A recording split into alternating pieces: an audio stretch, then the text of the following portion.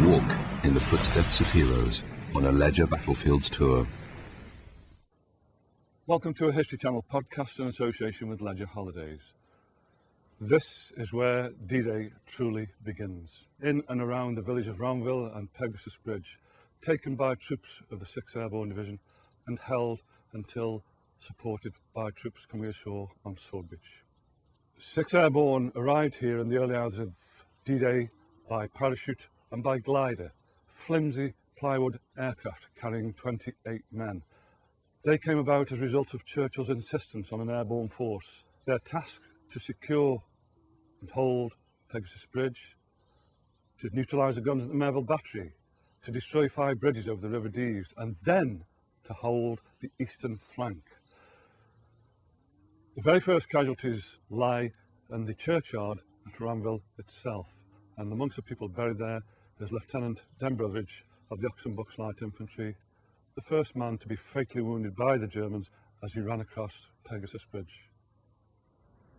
A mile away from Ranville Cemetery and 4 miles away from the Normandy coastline is Pegasus Bridge, where in the early hours of the 6th of June, gliders were to land to take and hold 2 vitally important bridges.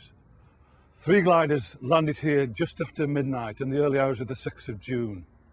Landing here in the middle of the night, 90 miles an hour, meant to seize and hold these 2 bridges. Had to be taken, had to be held to reinforce and resupply 6th Airborne Division out on the vitally important eastern flank. And they themselves wouldn't be reinforced until later in the day when troops came ashore on the Normandy coastline at Sword Beach. Alongside the canal is the Café Gondry, the first house to be liberated in Normandy. That was later to be used as a first aid post, and it's where Denbrotheridge had been taken after being fatally wounded.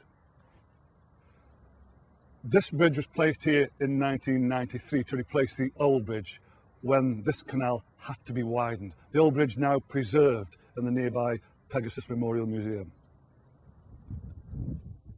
Just 4 miles east of Pegasus Bridge lay another vitally important D-Day objective, the guns at the Merville Battery. Here at Merville, there were 4 German guns which Allied intelligence knew that if fired onto Sword Beach on D-Day would cause absolute chaos. The task of neutralising the guns at Merville was given to the 9th Battalion of the Parachute Regiment, commanded by Lieutenant Colonel Terence Otway. He left England with some 750 men. When they reached the rendezvous point in Normandy, there were only 150 men who made it. Otway had a decision to make. He continued with the 150 men. Those 150 men carried out the assault successfully, and at the end of the battle, there were just 80 left. It is a tribute to the British troops and their allies that on that fateful day, D-Day, the 6th of June, 1944, similar actions were taking place right the way along the Normandy coastline against near impossible odds, and they were successful.